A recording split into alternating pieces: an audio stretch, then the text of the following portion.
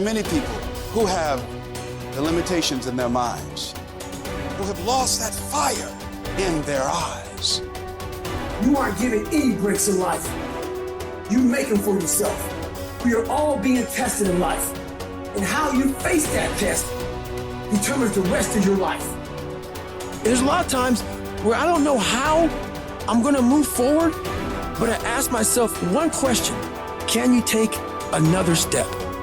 And that answer is always yes. Wherever focus goes, energy flows.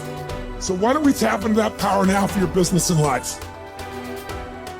The part of beginning to get unstuck, you've got to decide that the behavior pattern that you have adopted doesn't work for you.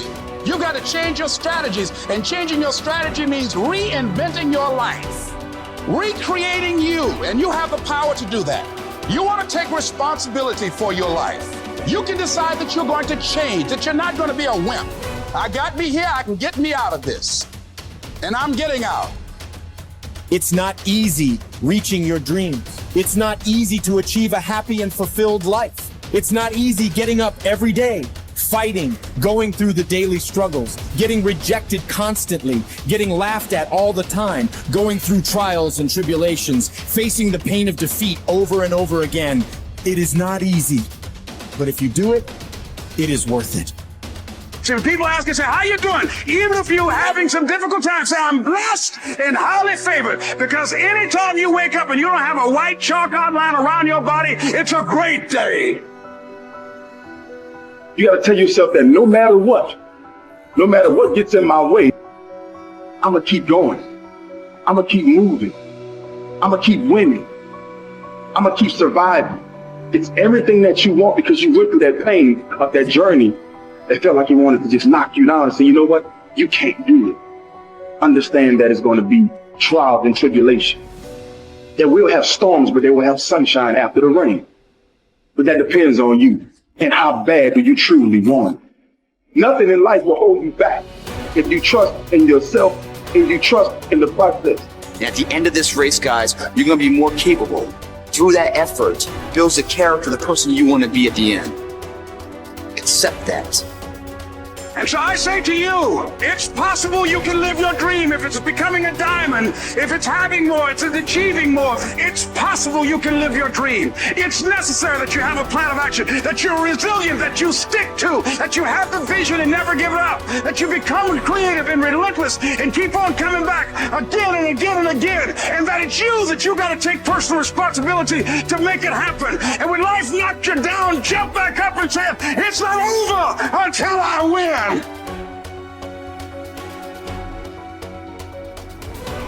What does success look like? What does it take? A human being has come with such open sense of possibilities. Those who are committed to being successful with whatever they're doing, one important aspect of their life that is what gets you across so many lines in our life, so many barriers in our life. This happened in your school, maybe later in your university, later in your work.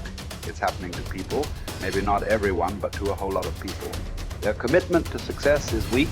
They want to succeed. They will take 3 steps. Then something little interesting happens here. They will go away here. They will go away there. They will go away there. Hey, I want to live. Their commitment to success is weak. Either situations around them in some way, situations can impede you from doing what you're doing very easily. Many times it happens to everyone. But when this happens, people weaken their commitment for their success. Maybe physically they'll feel a little weak. They will weaken their commitment to success.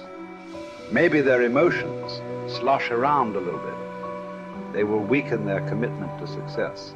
So our commitment to success should not weaken because there is social drama going on, or physiological drama, or psychological drama. Whatever happens, your commitment to success should not weaken. That is what gets you across so many lines in our life, so many barriers in our life. So what does success look like? What does it take? Those who have been very successful, either in music, sport, art, business, spiritual process, doesn't matter what. Those people never know when they ate, when they slept, when they got afternoon rest. I have not seen such a thing in my life. So those who are committed to being successful with whatever they're doing, one important aspect of their life is they're not settling down where it's very comfortable. Because comfort will happen when they lower you to the grave very comfortable. Have you seen how comfortable they are? Once they're dead, if you throw them there also, they're comfortable. If you lower them, they're comfortable. Right now, it's about ensuring that there is profoundness of experience and there is impactfulness of activity. Because if they had given you a limitless amount of time, you could do all those things, nothing wrong. I'm not against it. But they gave you such a little time with such tremendous potential of being human. That's the problem. If creation had made you like an earthworm, I'm not saying there's anything wrong with it. It is just that it's a unipolar potential. It can only do that much. An earthworm is not thinking of climbing a tree because it knows it'll be picked up by the birds. It never has such aspirations. It just wants to recycle the earth.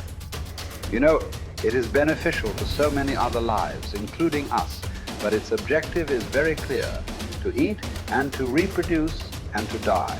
Very clear objective. That purpose to fulfill, he strives. I don't think he sleeps in the afternoon. I don't think so, because many afternoons I've seen earthworms. They were all vigorously active, but a human being came with too many potentials. Because of that, it needs a certain level of striving for a human being to forget about the world, to consider yourself successful.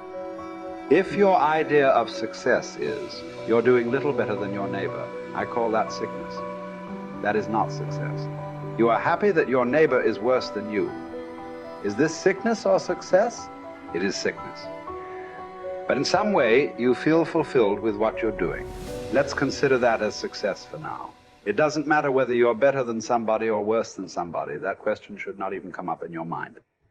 But in some way, you feel you're using yourself fully, and there's a certain sense of fulfillment in your activity. Well, if you're capable of just closing your eyes and simply sitting without any activity, that's fantastic. But you cannot do that. You cannot do that right now. In the states that you are, you can't simply close your eyes and become still. Instead of being busy, you will become preoccupied. That doesn't mean you're improving, that means you're regressing in some way. The problem about this success is people always making judgments. I did this, I did that, maybe this didn't work, maybe this is a mistake, that's a mistake. There's no such thing in life. See, at one time you were a monkey, all right. Hey, this is not me, this is that Englishman, you know. Charles Darwin said you were all monkeys. At one time you were a monkey just a brief while ago. Was it a mistake that you committed? That you were a monkey? Or was it just a certain stage of evolution? Was it a mistake or was it just a certain stage of evolution? Similarly, since you were born, because as a human being, you're born largely unformed, unlike other creatures. Other creatures, if their food is taken care of, they know what to do with their life. Because human being has come with such open sense of possibilities. You come unformed. You don't come fixed.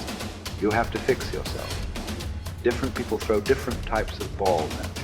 From all over, your parents, your teachers, the school, the neighbors, and society and the world throws all kinds of things at you.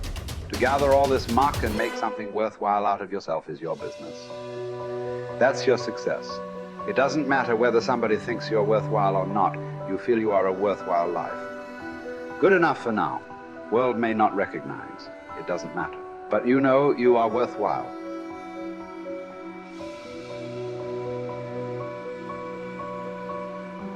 It's hard to say what the soul means metaphysically because, say beyond the confines of a single human being, we do have this sense that the soul can expand itself into something that's greater than it has been. It has this capacity for growth.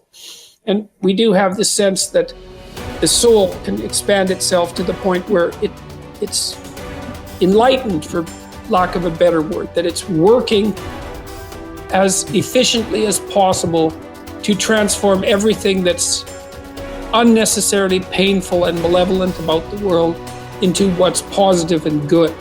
And that it does that as a consequence of confronting the world with courage and truth. And I think that's right. And I do think that means that the soul participates in something eternal, which is the attempt of being itself to transform what's unnecessarily painful and malevolent into what's good, and that human beings actually do participate in that, and that that's part of the reason that our ancient tradition insists that we're made in the image of God.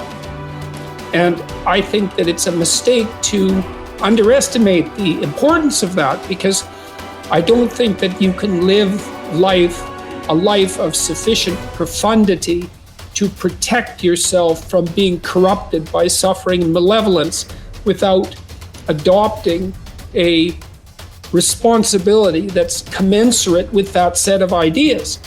I think that you either orient yourself upward, to the star above the horizon, and try desperately to improve the structure of being, or you work at counter purposes to it and make things worse.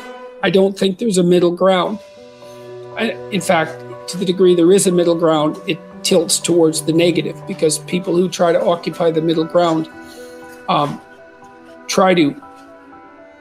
generally try to accrue the benefit, let's say, without adopting any of the risk. And that's not acceptable, not helpful. So that's a soul to me.